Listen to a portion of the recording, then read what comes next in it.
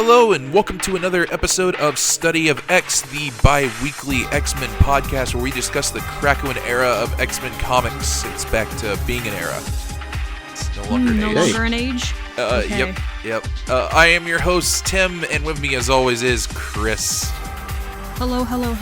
We may no longer be in an era or an age, it's unclear. But I hope you remember the past, because we're going to talk about X-Men number 1 and X-Men number 5. Yeah, and Sergio. X-Men fucking rules today. It is so good. Let's go! Yeah. Oh, I love that. Do you remember the Vault? I do. I do now. I do now. If you asked me that last week or the week before, I probably would have said, oh yeah, I kind of do. We did sort of never go back to that, but oh boy, I'm glad we waited. I want to say something in advance. I would possibly recommend these two issues of X-Men on their own. Yeah.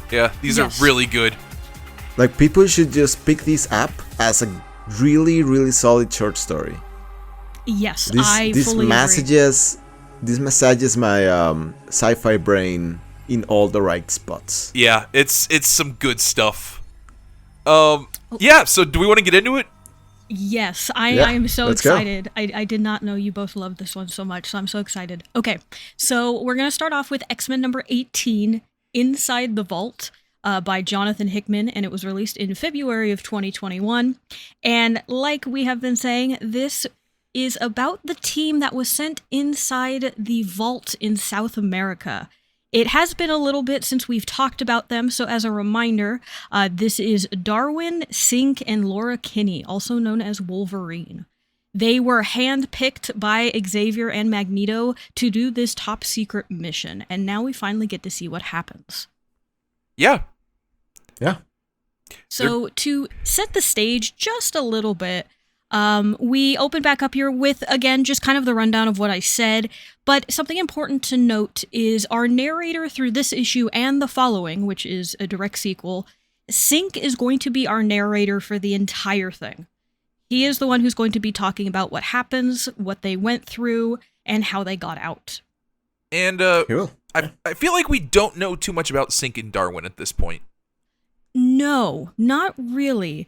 They've been around for a little bit, they're not brand new characters, but they were typically on the sideline or in the background. This is their first chance really getting a spotlight here. Yeah. So we're diving into the vault, and we immediately get this really cool page of what it looks like, and it's just this whole future city. Yeah.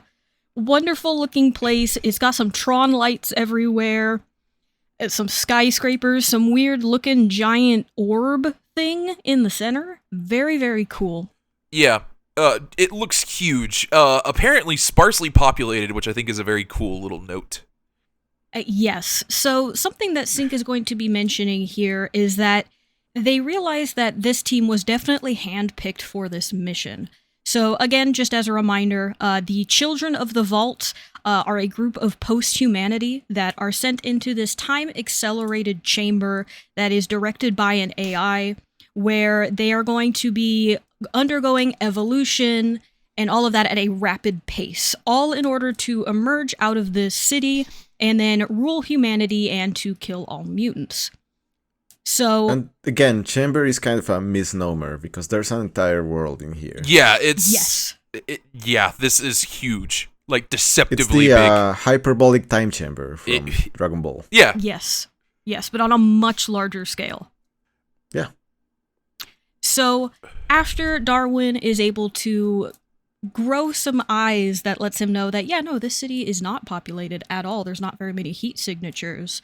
And we see how Synch is able to play off of this. When Darwin is able to grow what he needs using his mutant power, Synch, being able to copy mutant powers, can then do the same thing.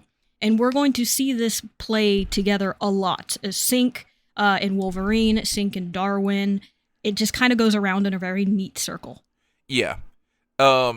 So specifically, the reason that these three were chosen was Darwin's power is he can just rapidly adapt to any, just environmental thing, where Wolverine is just, nearly immortal. Sync can copy mutant power, so he's kind of the redundancy of the group. There's a little fun little reaction or interaction here where Sync is just looking at Lara and she raises her claws and just says, "What do you think? Or what are you looking at?" Yeah, we'll come back to that later. Mm-hmm. As Sync gives a nice little smile. Yeah, I love that smile. Yeah, I do too.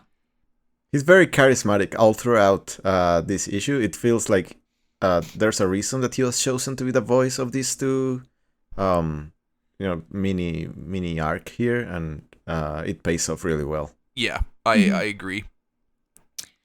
So the three of them head to the nearby elevator and begin to descend down into the vault, which is where the real mission is going to begin. But before that, we're going to get a data page on a medical report by Dr. Cecilia Reyes.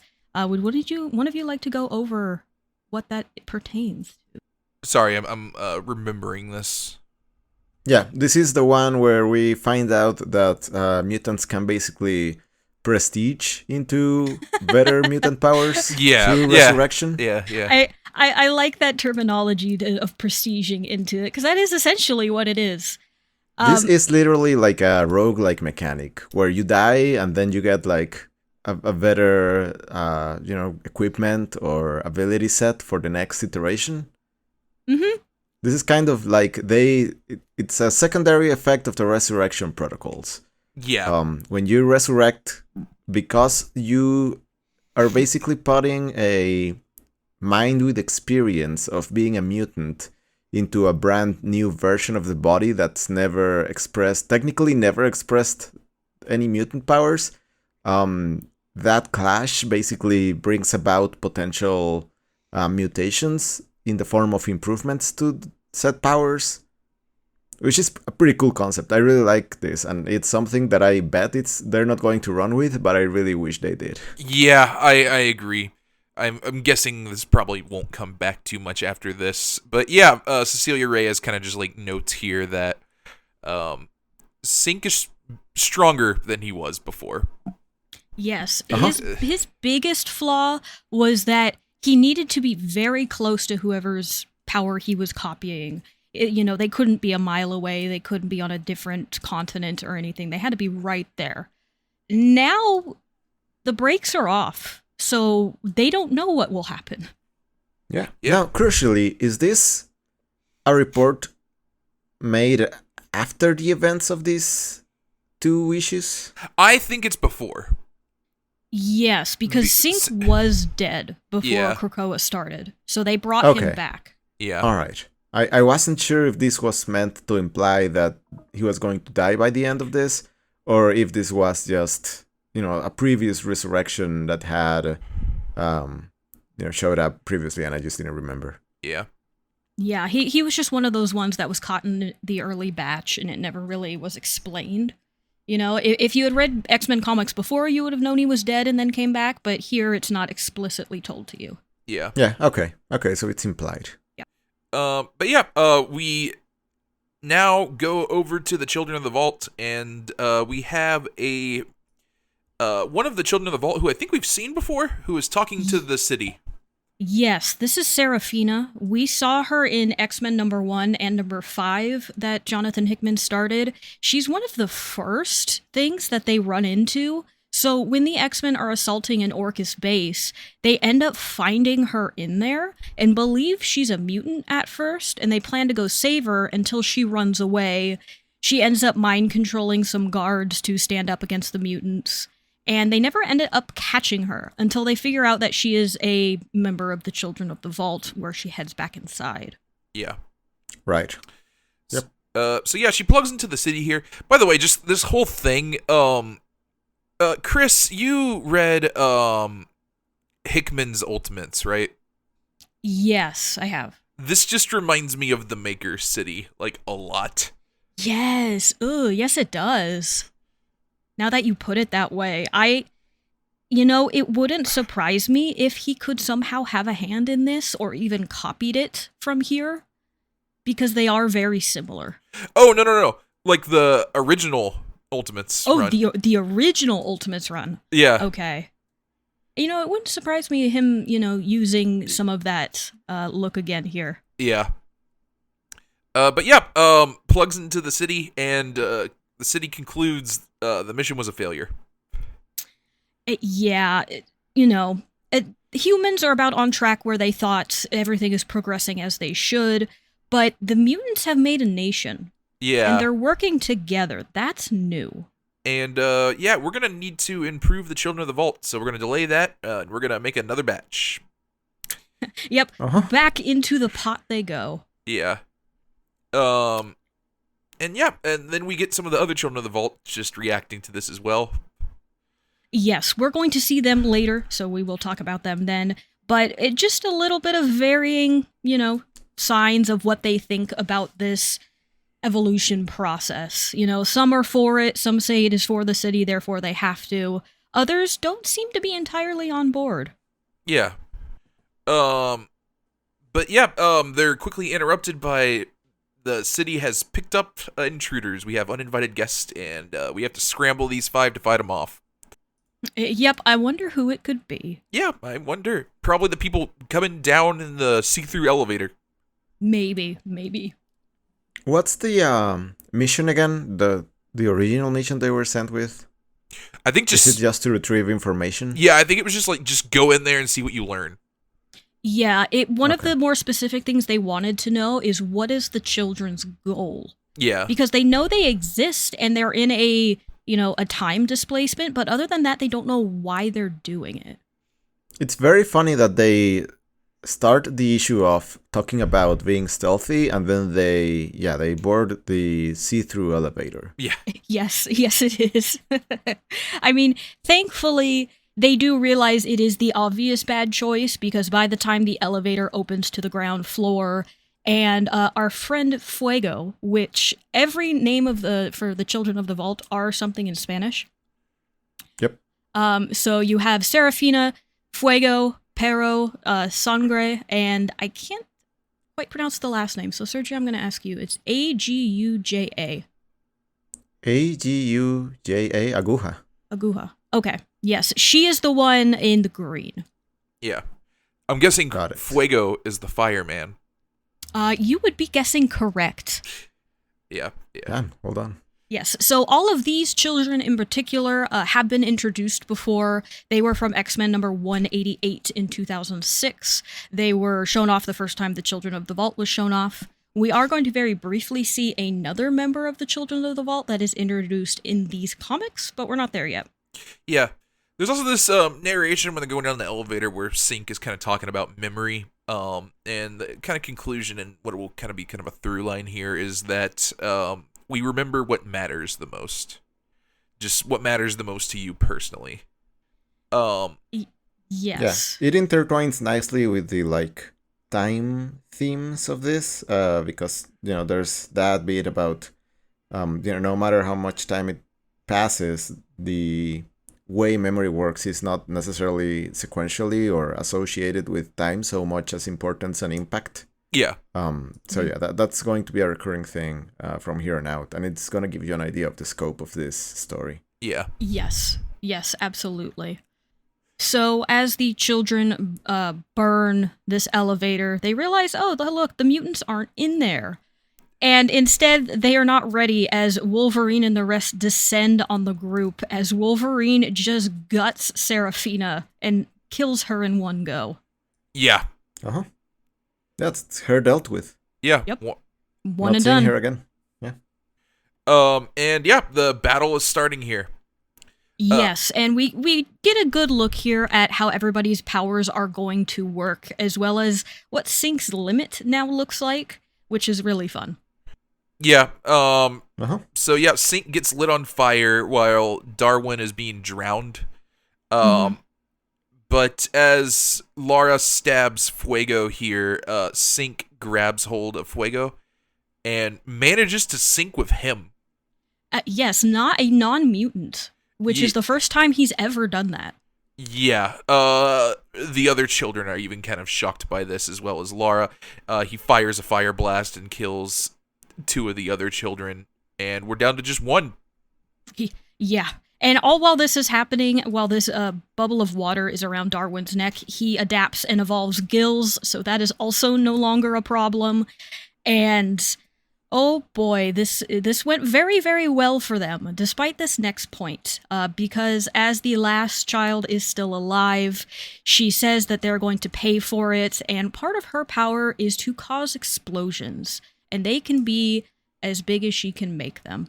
Yeah. And she makes it big. Yeah. Oh my. Yes, she does. Because as she's saying all of this, she's saying, you can run all you want, but you cannot outrun the future. And we cut out to her leveling at least a quarter of the city. Yeah, and all the while we have this narration by Sync over this, just talking about how their mission is to get learn what they can, report back, and you get this kind of over the actual explosion panel, but it's like, we did our best. They entered the vault. You have no idea what it took to get out. And you just see this giant explosion going off, just leveling part of the city. Yeah. A very, very good and effective use of text over a scene. Yeah. Just very, very good. And I feel like it was almost, I don't know if this needed to be said, but you do get this data page here of Murder No Man, this one of the laws of Krakoa, where it's just this little blurb here about the council's making a decision process here, and they're just like, yeah, we came to the conclusion, doesn't apply to the Children of the Vault, go for it, kill who you need to. Like, yeah, it's not like, they really needed to clear it up. Yeah, it's like, I feel like that was kind of obvious, like... Yeah, it feels like a point that would probably have worked well earlier on in the X-Men books, like maybe around X-Men number 5 or 6, where they could just be like, hey, by the way, I know we just said murder no man, but there was an asterisk right there, and this is what that looks like. Yeah. So, and I do think it says a lot that, the final thing is the children fall outside of the normal definition of human, and therefore it is okay. Yeah, just go for it. Sure. But yeah, want to go into issue 19?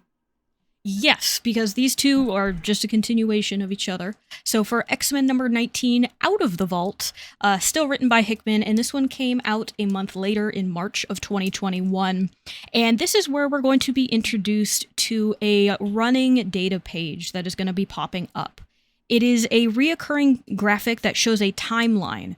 It's a little similar to how you might have seen Moira's in the original House and Powers. It has the same format. But this one is focusing on Wolverine, Sync, and Darwin. Yeah. And I had to stare at this one for a little bit, but it kind of goes back to what you were asking earlier, Sergio, of if Sync had already been brought back. This would also possibly give you a hint at that, because Sync's is the only one that starts as a box, where Darwin and Wolverine are past him, essentially, so they have never died, is what it is implying. I see. Yeah. I kind of like the way this timeline plays into the rest of it, where Sync's narration for most of this kind of feels like it's covering the broad strokes of the story that we're telling, where the timeline is more like the details. I also kind of think it plays into the memory aspect a bit too, where this is the parts of it that were important to Sync, but we'll get into that as we go on. Yeah. Because the scale we're talking is crazy. Yes, and something that is really fun to experience with these two issues is you end issue 1 with, okay, it looks like it's going to be a hard fight to get out. Obviously, the city is against them, but it keeps getting bigger. And bigger and bigger. So we cut back here immediately after the explosion. And with Wolverine's powers, Sync is able to heal himself. Darwin is able to evolve and bring himself back together. Really, the worst that came out of this is that their clothing is now damaged. That bomb did not do anything. Yeah. But pretty cool. For a second, I thought the coming back was kind of a function of the city or a function of the vault. But it's very cool how you can logic out how they all got saved. Yes. And are effectively invulnerable, almost. Yes, which is a little crazy to consider. Yeah. This is a good, well thought out team. Mm-hmm. Yeah. And also we kind of had this narration over it where Sync is just like, yeah, we were, again, just completely, we didn't really realize exactly what we were getting into until we were in there. But once we did, it was quick. And like, he just talks about like the scale of what they're looking at. And he also, there's this bit where he's like, yeah, I understand why you picked us, because the world they come from is different from what ours comes from. And we are mutants that have a capability of surviving this. But also just states that we just did not know what surviving meant until we got in there. And then you get hit by the first 50 years were the longest. Uh-huh. Oh, it's so good. It's so good. We are off. Yes. Oh, man. And it's just it's the smallest text box on the page in the bottom corner. So you're not going to read it by accident first. It's just there to gut punch you. Yeah, it's like, oh. Yeah, it's a really good cold open effect too, because we just immediately move to the like summary page. Yeah. And you get the credits. Mm-hmm. Yeah. So it feels like a really good like cold open to something that, you know, is going to be special. Also, just as an aside, my little summary page in the issue I'm reading has a little bit of a goof. They call Wolverine X-23 here. She's only referred to that as X-23 in this page, but That's I funny. just wanted to point it out. Huh. Yeah, she has not gone by that moniker for some time. Yeah, I'm guessing it was just an editorial oversight or something, and they just forgot to change it, but I just thought it was interesting. But yeah, we cut to our data page here as we get a little bit of the timeline of events that happened. Yes. So this is our first follow-up for that page, and there's quite a bit of information here. It's mostly the specific and important parts. For instance, the group was able to build some command centers where they could hide out. They realized that the time dilation here is very different than what they had imagined, and even Forge's built chronometer does not work, and that man builds things to work. Yeah. They have also mapped quadrants 1 through 3. They have found the city brain, and they even are able to capture one of the children named Haradrar, where Sync is able to keep some of his DNA, so if he needs to, he has a little vial that he can use to gain teleport powers on command. Yeah. Also, there's just like a lot of fun little sci-fi things here. Like time debt inversion is just a point on this timeline with no context. Yeah. Like, yep, no explanation. It's just that happened. Okay. Yeah. Mutant incursion detected. Not sure what that means, but we'll find out. I'm guessing that's them being found. Yes, and we're gonna sort of get to that a little quickly. So we see the team here still trying to hide out after the explosion, and this is where they learn a couple of things.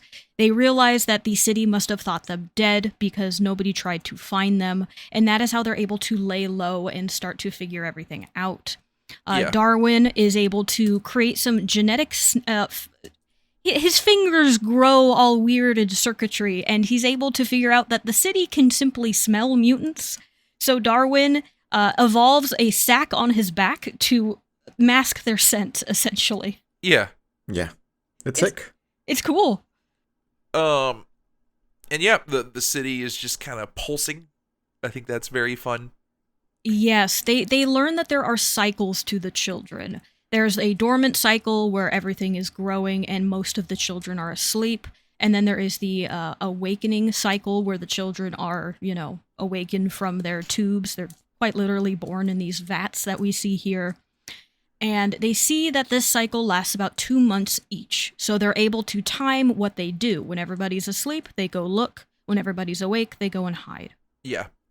I love the look of this mushroom-looking thing, which is, I think, the orb we see from afar in the first issue. Yeah.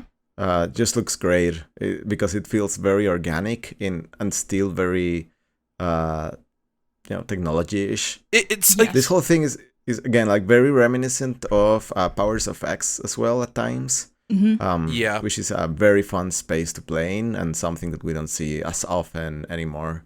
It's organic, and it also it just comes across as oppressive, which I think is like a really cool vibe. Like, this is threatening. And yeah, we get another timeline here. Apparently Darwin's DNA was recovered and preserved by the city. That seems not good. Yeah, that's going to be very bad, and we're going to actually see that play out. We also learned that the team finally figures out the child classes and the evolutionary plans of the city, so they are able to find out exactly what's going on, which causes them to finally see their mission as complete, and they attempt to leave. Yeah. They try to leave several times, and by the end of that, the team falls apart. Yeah. Their team fractured. Wolverine goes off alone.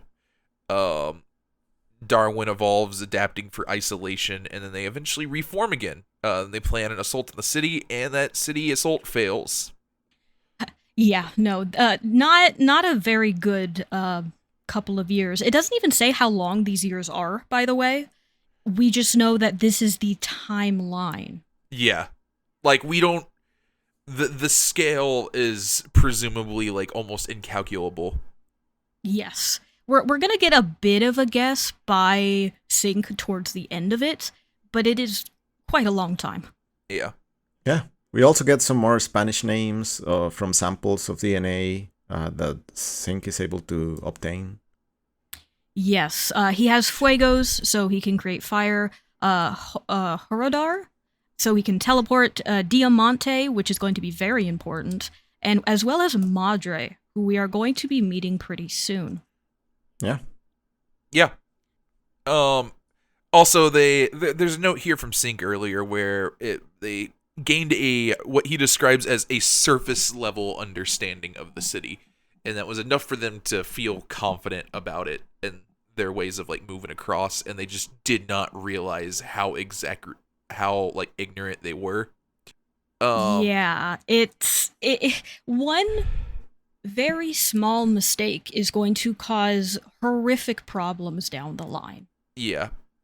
So, one of the things that we've mentioned is the children sleep and then they wake up. When the children are asleep, there is one child awake, and that is Madre. They somehow did not run into her the first time they were in these birthing pod area, but they were not so lucky the second time. Yeah. So they were made, they were discovered. They chop off Darwin's arm, so they think they're dead. It doesn't work.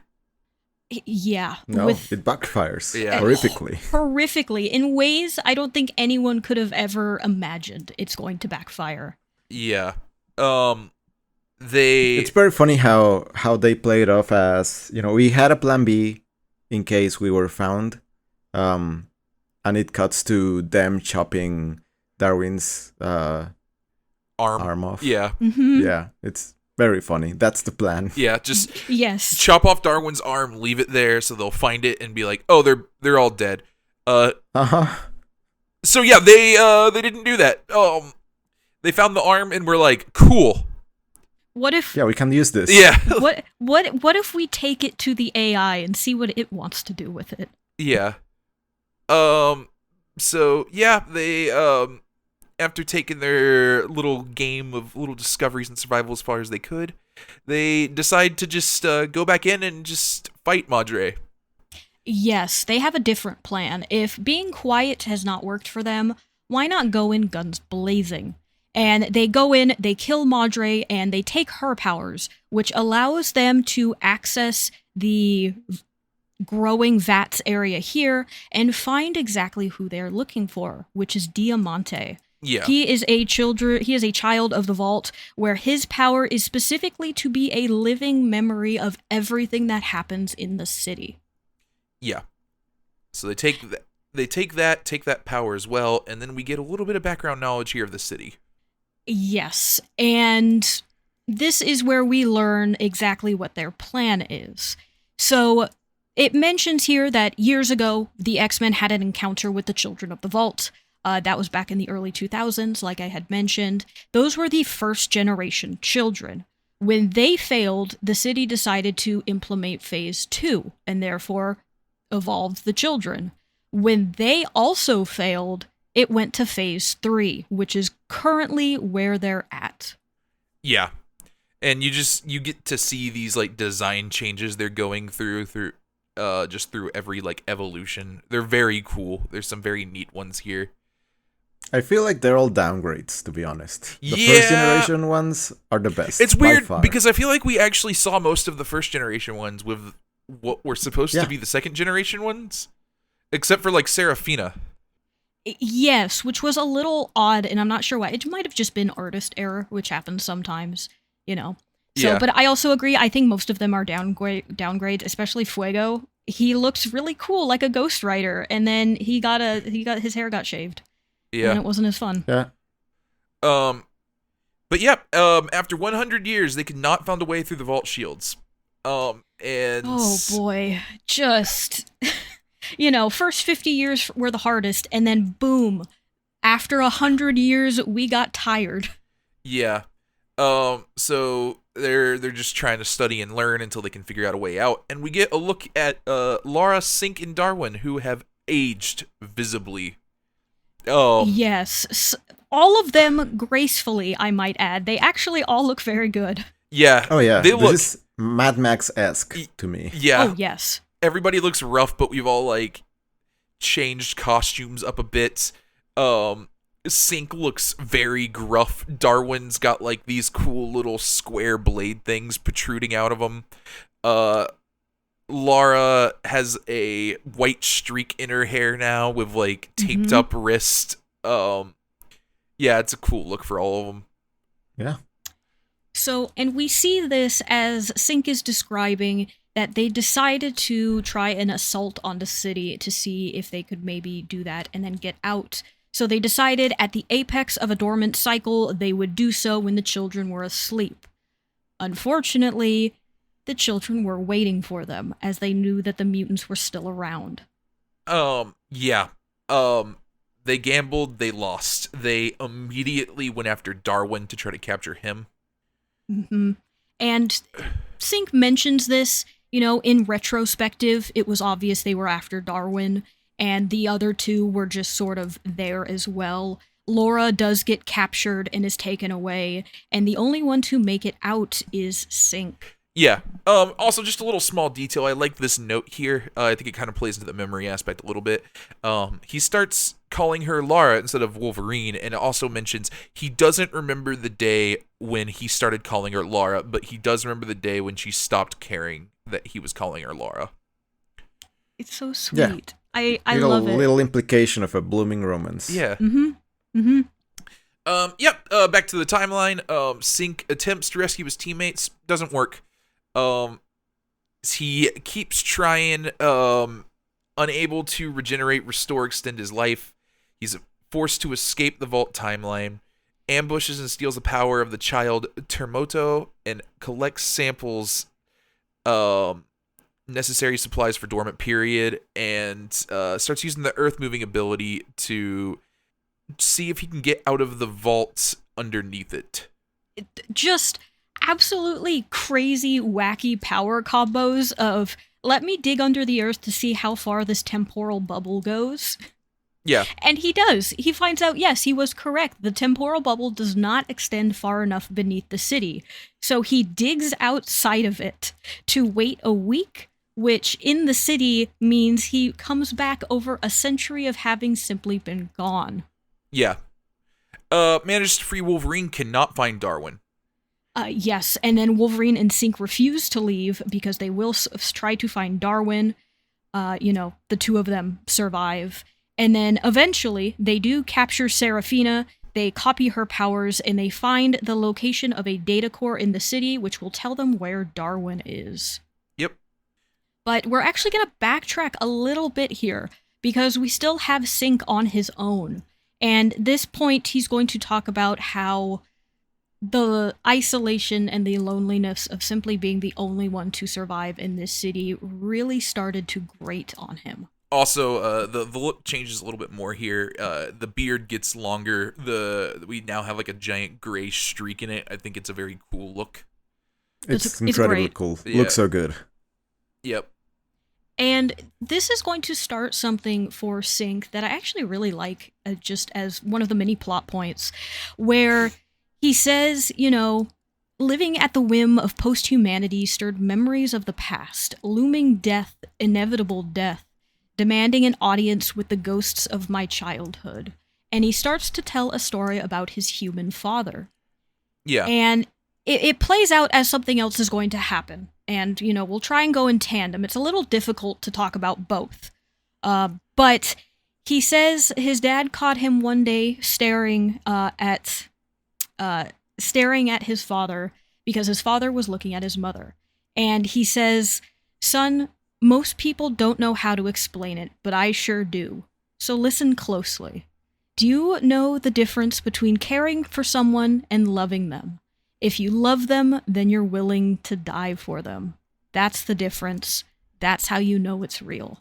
Yeah, and that's just told over this couple of panels of Darwin busting Laura out. And it becomes... Oh, I'm sorry. Sink busting out Laura. And it becomes very clear here. It's not explicitly said. It becomes very clear here. This is a relationship that has become romantic. Oh, yes. I mean, it's quite clear, yeah. Yeah. And yeah, I really like the way it's done. I think it's one of those things where it's like, yeah, of course you would just, like, it would blossom into romance after, like, you've been in here this long with somebody. Yeah, I don't know. It's sweet. I like it quite a bit. There's a panel down here of Sink just kind of holding Laura, just in, like, the darkness behind, like, a wall, and it's good vibes. It's really sweet. And yeah, we now cut to another scene of them either capturing or killing another child. I think they're taking some more powers. That is Serafina, and yes. Oh, yes, yeah, Serafina. And they're gonna go rescue Darwin. Attempt to, at the very least. Because they are going to get to this massive, what looks like audience chamber, where they find Darwin suspended in this greenish light. And all Sink says is, "I think I know what they're doing. I think I know what this is." And all we see is Darwin seemingly explode, be vaporized. Yeah.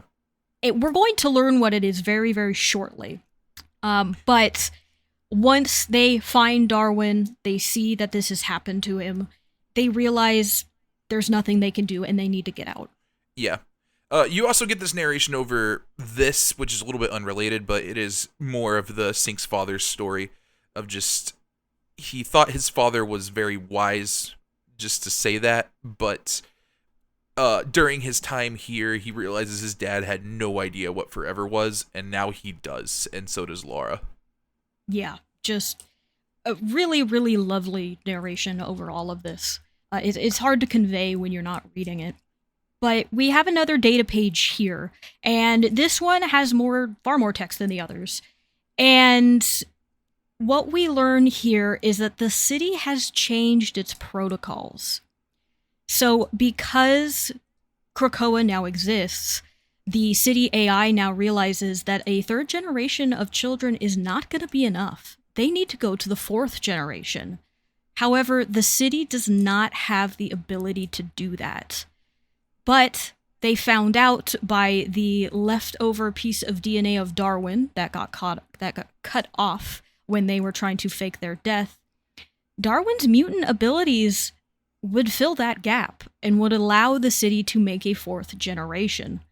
So once they were able to capture him, they started to atomize him and take his entire DNA sequence into the vaults and into the sequence of evolving the children. Yeah. They atomized Darwin. He is now the fourth generation children is possible. Yep. Yeah. Womp. Yeah.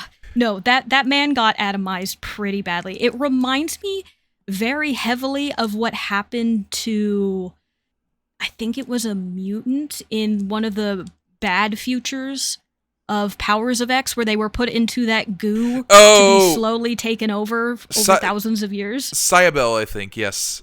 Yes, yeah. That's what it reminds me of. And I'm like, it's just brutal. Yeah. And then we get our final little bit of the timeline here. A mutant recon team attempts a vault escape using stasis DNA of Morvian, a child disruptor. And yeah, we're going to cut back and we are going to see that. Yes. So something to mention here, in order for the team to actually get to the exit of the vault, despite the fact that there is also shielding to it, there is one final layer that is really hard to get through. It is this force field that not only is going to try and kill and disintegrate everything that goes through it, it also deactivates all mutant powers for those that go through it. Yeah. So they both kind of realize it's going to hurt real bad, but they can make it through. Sync disrupts it. They do go through. All of their hair and clothes are just burned off.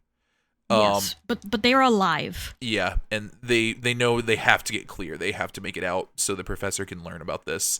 But the children are here, and they're going to chase them out. Also, for the record, Meribon, not a Spanish word. Ooh, broke the trend. Okay. All right. But yeah, they realize someone needs to hold them off. Laura says, "We don't have powers. I still have claws. I can still fight them." Yep. And even though like I don't have powers either, I'm like the best hope to actually hold them off. Sync agrees. Says, "You saved me, let me save you," and just does her best to hold off the children as Sync runs out of the vault. Yeah. This also works as a great callback to Sync's father's quote. Yeah. Yes, and he is going to end on that. Because as he does make it out of the vault, out into South America, he is out long enough to be able to get a message to the professor that he is there, just in time to be cut down and murdered by the children who have already dealt with Laura. Yeah. And we cut back to now the present as Sync is crawling out of the hatchery. He made it out, has all his memories intact. Mm-hmm. Yeah, we're able to make the backup in time. Yeah. He has some ideas how to stop him now. And but that's not what was important. Not to Sync. Yeah. He learned something far more important to him. And he says, friend, confidant, partner, lover, those are human words to describe a human relationship measured in human years. I can still hear him, my father, saying that he loved my mother so much he was willing to die for her. Human words. Useless words. Love is not dying for someone, it's living for them. Yeah, and this is played over Laura and Darwin also coming out of the hatchery, as Laura has her memory implanted as well. This is the coolest Resurrection has ever looked. Yeah. Because we don't usually get to see when the memories get implanted back into the body. Mm-hmm. It looks pretty cool. It does. I bet it feels great for Xavier to do this every time. He doesn't get tired of it. Yeah. I doubt he does either. But even though he's basically just pointing the helmet at the right direction. Yes. It would have to at least look very cool. Yeah. And not to damper the celebration too much, technically Laura and Darwin did not make it out of the vault and did not die with their memories intact. Only Sync. Yeah. Yes. So Sync is the only person that has his memories intact in the vault. So all of these memories that he now has of Laura doesn't remember that. Yes. Yeah, it's like 200 or 300 years of memories. Yeah. Yes. And he is... Yes. Yeah, he has them, but that romance, this is not the same person that fell in love with him anymore. Yeah, which is a whole other thing to even consider. Yeah, so he's going on. We get an inner narration of like, how do you even explain that to somebody? How do you start that conversation? And he's looking at Laura, and you get this callback to the start of the issue with her just popping her claws, saying, "What are you looking at?" And you get the same Sync smile here, where he says, "Yeah, okay, that'll work," and that's the end of the issue. Perfect. I love that it's just a callback from like one of their first interactions. Yeah. Yeah, perfect. No notes. Yeah.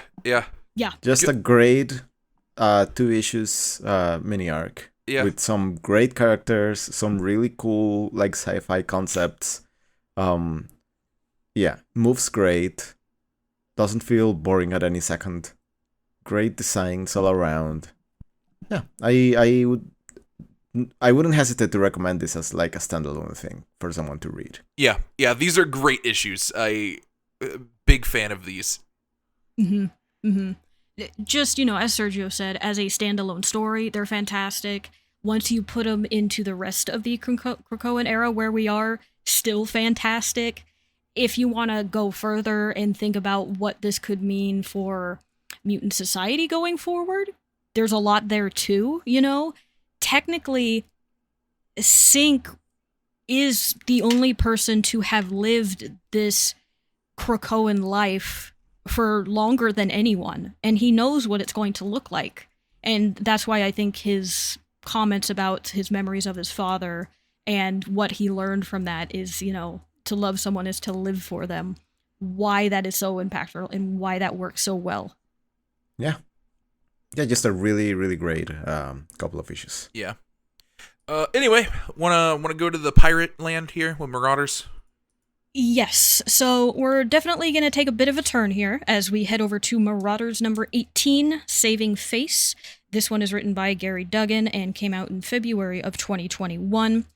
And we're going to open up on perhaps one of Emma's best laid plans that she does not realize how deep it actually is. Yeah. Yeah, so she has called Charles and Magneto here. Yes, to Madripoor, we should say. Yeah. As they aren't entirely sure why, other than, this is an important city, and this is a good place to be, and Emma has definitely been doing her job to try and get people to like them. And as they walk into the scene, they see Emma, the Marauders, Shaw and his son, as well as Proteus here, in front of what looks to be an unveiling of a hospital. Yeah. I wonder why Proteus is here. And we also get a cut to the Hellfire Club kids who are just watching this mad because the mutants have been buying up property in Lowtown. This was supposed to be like a hotel, and now they're throwing up a free hospital there instead. How dare they help the poor? Yeah. In Madripoor. Yeah. So, oh no.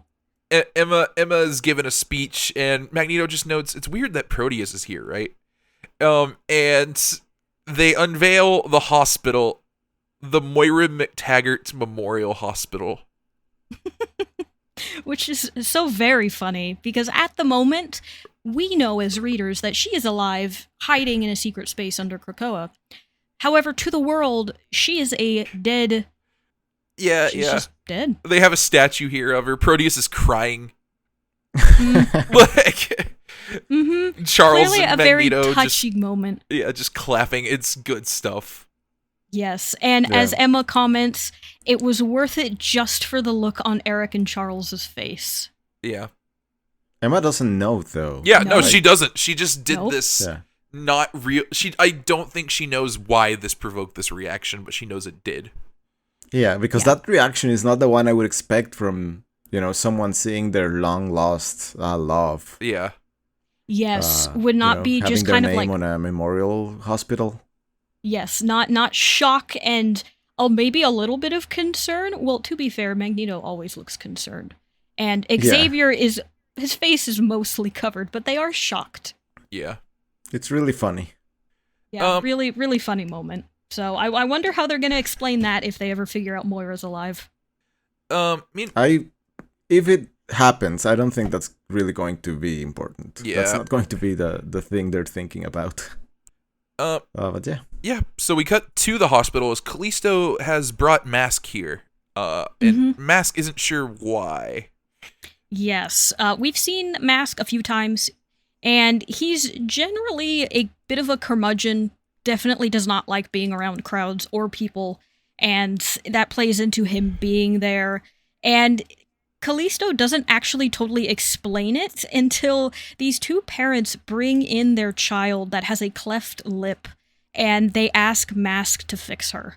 Yeah, Mask is really taken aback by this. He's never really used his powers this way. And Callisto just kind of interrupts, says he's never charged, and just tells him, just do your thing. And he does, and gets a very grateful hug while you get the smiling baby. with her. Yeah, it's good. I like this quite a bit. Mask looks shocked. Yeah, What is a Mask's power again? He can like rearrange faces.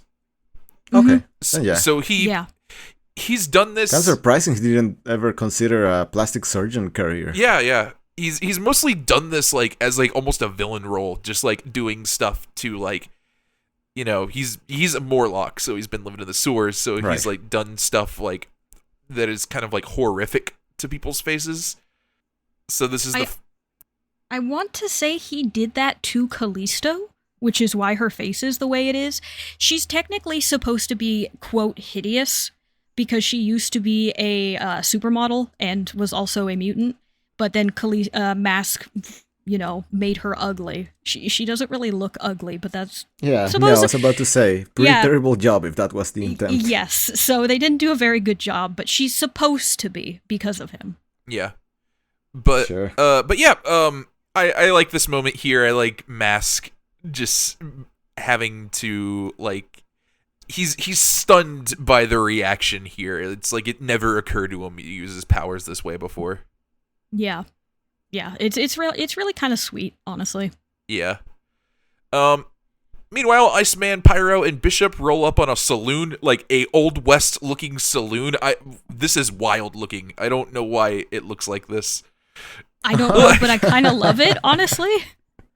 It's even got saloon doors on the front. Yeah. And you know, when they walk in, you know, the bar owner is like, "Hey, the gang that patrols this area doesn't like mutants. I'm cool with you, but really you should leave." And they end up pulling up a bag full of money and say, "Oh, that's no problem. We're going to own the bar now." Yeah, and just gives him a bunch of money. He's like, "All right, yep, see you later."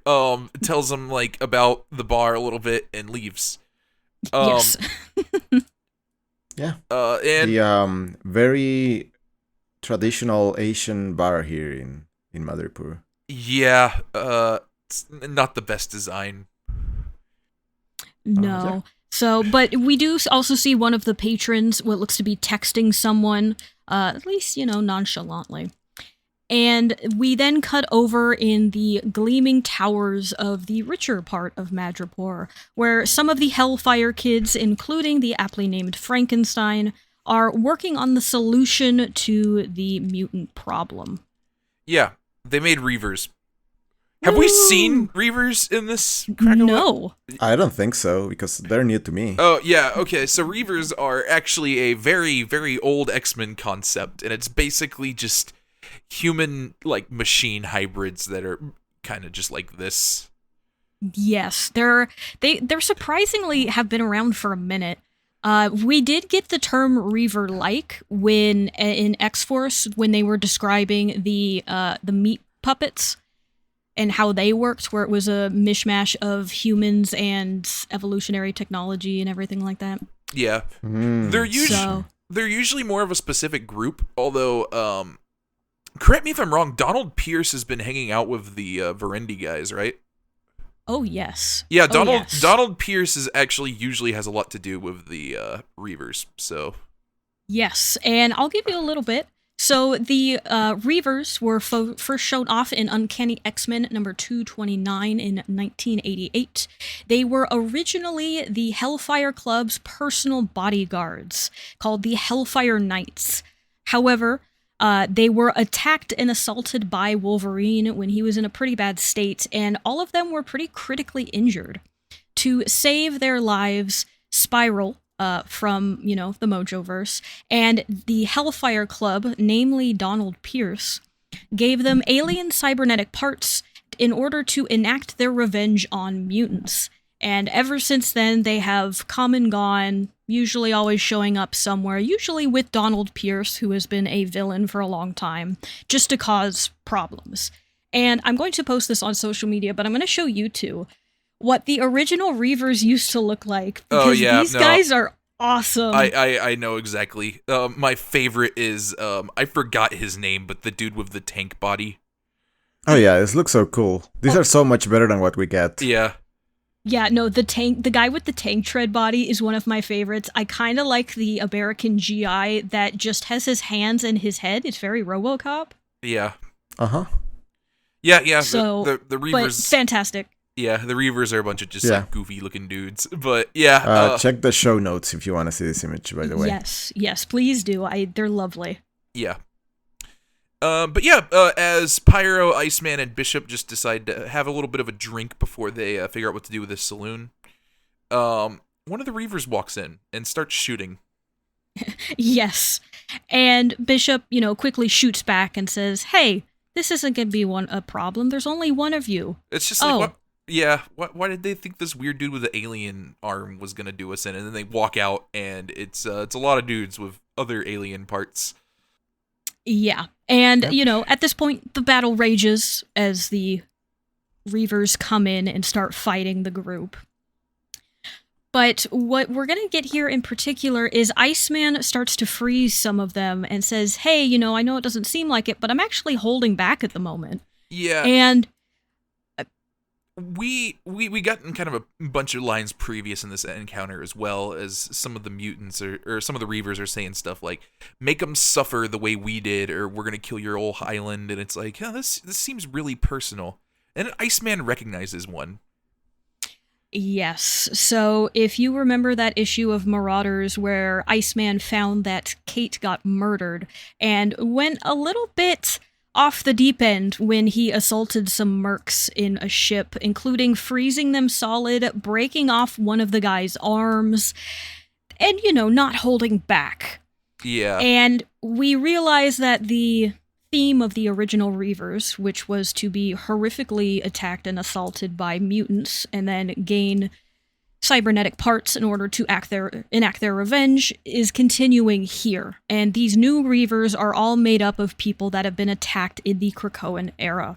Yeah. So, yeah, not great. Kind of, if you've been following along in X-Force with us, this isn't too surprising considering the body count that has been building. Yeah, some are people that Wolverine had gutted in Madripoor. You had, some of these people here that Iceman maimed on the ship.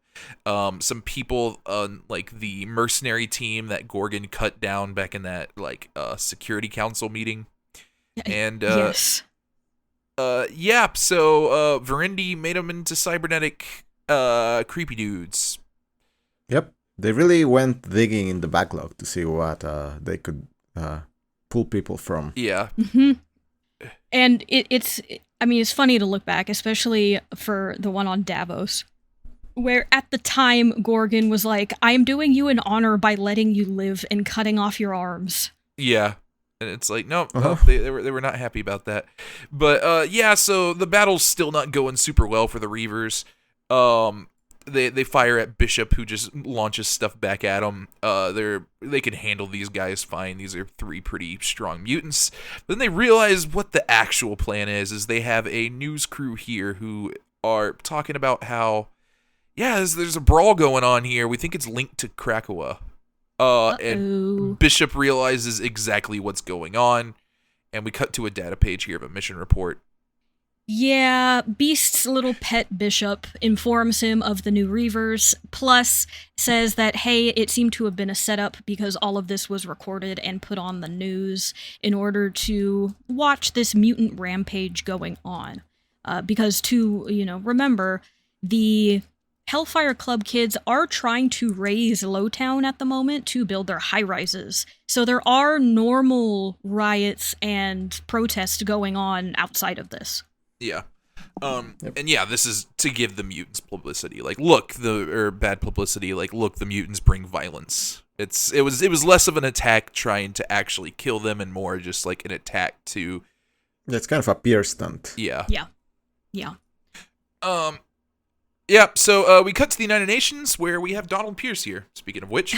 Yeah, speaking of the horrible man himself, he is still the Madripoor representative to the United Nations. And he is doing exactly what we thought they were going to do, where he is positioning that the mutants are causing trouble for us hard-working Madripoorians who are simply trying to revitalize the crime-ridden slums. And therefore, they would ask the UN to bar the Marauder and some of the other Krakoan officials from entering Madripoor for the time being. The line, "I'm not saying that all mutants are bad, but," is just so on the nose. It's oh gosh. Yeah, it's extremely on the nose. Yeah, but yeah, it's very clear what this dude's getting at, and we cut back to the Verendi kids. The UN is barring the Marauder from landing at Majipur. Things have gone well for them. Yeah, no, they're getting what they want at the moment, and there's also a picture here in the corner of some of the protests turn riots in the streets that is happening because of Lowtown. I want to say something else was taken in Marauders also that was kind of referencing the Hong Kong riots that had happened at around 2019-ish, I believe. And this one is very similar as well. Just the dress and get-up of the protesters in the back, the way the police look. They're still taking very heavily from that event, just visually. Oh yeah, totally. I can see how this could come like very straight out of a reference picture the artist was using. Yeah. And also it's probably like intentful, right? It's probably trying to evoke the same thing. Yeah. I think so as well. Yeah. And yeah, they're now going to sick the Reavers on Lowtown now that they have the mutants kind of reeling. And that's where we'll end off here. Yep, that is it for Marauders at the moment. More story is moving. Things are getting going in Madripoor now again, and we will probably start to see more of what the Hellfire kids are up to, and maybe if they get their way. Yeah, and it's not going to be too long before we see that again, because next time we are actually covering Marauders number 19, as well as X-Force number 17 and 18. Yeah. All right, time to see what terrible decision Beast gets to make next. I bet it's bad. I'm excited. I don't know if I want to say I'm excited to see what crimes against humanity he's going to do, but I am interested because, oh boy, does that guy get up to some things. He still has not gotten in trouble for what he did to that one country in South America where he just kind of killed most of the people there. Yeah. We'll get back to that probably, maybe. They should probably do that sooner than later. It happens, when you're defending a nation. Yeah. Just yes, to accidentally kill a whole bunch of people. You gotta break a couple eggs. I guess. But yeah, we'll get to that soon. And yeah, I think that'll be the episode. Do we have any thoughts on these issues? Guys, X-Men is great. X-Men is fantastic. Really I think the Marauders issue is all right. It's very kind of run-of-the-mill. I think we would be higher on this if it wasn't for this X-Men duo here. Maybe. Yeah, that's fair. It's a fine issue, but like it's these X-Men issues were ambitious. It has too little Kate for my taste. Yeah, I agree. I agree. And more Kate, please. Really, she brings it up a lot. And also, to be fair, I think this next issue is going to be finishing off this story, so it's kind of that's the part 1 to the part 2. Yeah, this really doesn't feel like something that's going to be, lengthened into many more issues. Yeah.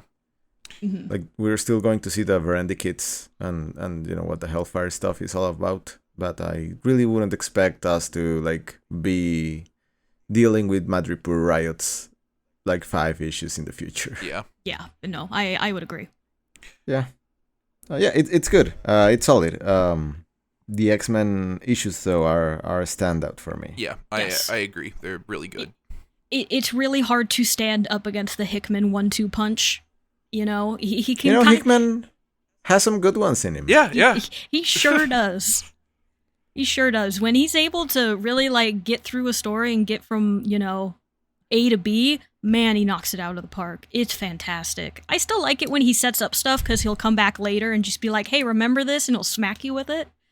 But seeing him able to do a little contained story, it just feels good. Yeah, I agree. But yeah. That'll be it for this episode. We want to do some plugs here? I suppose so. So, sure. If you have listened this far, thank you so much for listening. If you could give us a review on your podcasting app of choice, that would be great. It helps us get out there and to find more people to read along and enjoy this Krakoan era of comics. Specifically Apple, review us on Apple, please. And we're talking to you, Brent. Ooh, okay, throwing out a different name this time. Brent, if you're hearing this, you should also not only just review us, you should also send us an email at studyofx@gmail.com, because if you ask us a question, Tim might read it on the podcast for you. Also, give us a 5-star review. That's very important. Yes. Very important, anything less than that, and then we might not read what you send us in the email. Any other plugs? Yeah, so if you would like to follow this podcast on social media, there we post some pages from the comics themselves, these amazing picture of the original Reavers, and you get to see them in all their glory, as well as a list of the reading order and what you can do to read and keep up with us. If you would like to follow us there, you can find us at Twitter, also known as X. You can find us on Tumblr, and also now on Blue Sky. On all of those, we are Study of X, so pretty easy to find us. We are on those 3. If you see us not on those 3, then that's not us, and they have deceived you. I'm sorry. And if you would like to follow us on social media individually, you can find me on Blue Sky at Sonics, that is SAWNEEKS. Just kind of hanging out there for the moment. I do need to get back to playing all of the X-Men video games. I definitely did not keep up with my promise about doing that before that one issue came out, and I apologize. Yeah, you should. I know. You've let your fans down. You've let your family down. Ugh, I've let the mutants down, really. Yeah. But if you would like to follow Tim on social media, unfortunately, I do believe it was a victim of the Reavers. So, Tim, if they can find you somewhere else, where can they find you? Time inversion debt. Has it been paid? I don't know. I do not know. I'm unsure. Okay, you might collect interest on that, and you really don't want that. Yeah, the API is just real rough right now. Oof, I'm sorry. And Sergio, if they're looking for you to ask about the nice housing availability within the city, where can they find you to inquire about such places? I'm lining up at this hospital where they say they're giving out free facelifts. Oh, nice. Yeah. Very nice. Okay. Well, let us know how it goes. And yeah, we'll do. That'll be the episode. Sergio, do you want to plug anything? Oh, yeah. People should listen to my other podcast, Stray Reads, which we're going to be recording its next episode in a couple of days. So look forward to that. Nice. What book are you guys covering? It's Annihilation by Jeff Vandermeer, which is one that I had wanted to read for a while. So it's going to be a good one. If you've seen the movie, I think we're going to be discussing that a little bit, at least. Okay. I have seen the movie. The movie is very, very good. Yeah, it's alright. I like the book better, but I would imagine it's really well done. I would imagine the book is very much They're better. surprisingly different. Really? It manages to capture the vibe, but it's a completely different storyline, or at least sufficiently different for you to, for it to be worth it to watch and read both. Okay, interesting. Yeah. All right. But all right, have a good one, listeners. Yeah, thanks for joining us, and later, mutants. Bye. Bye.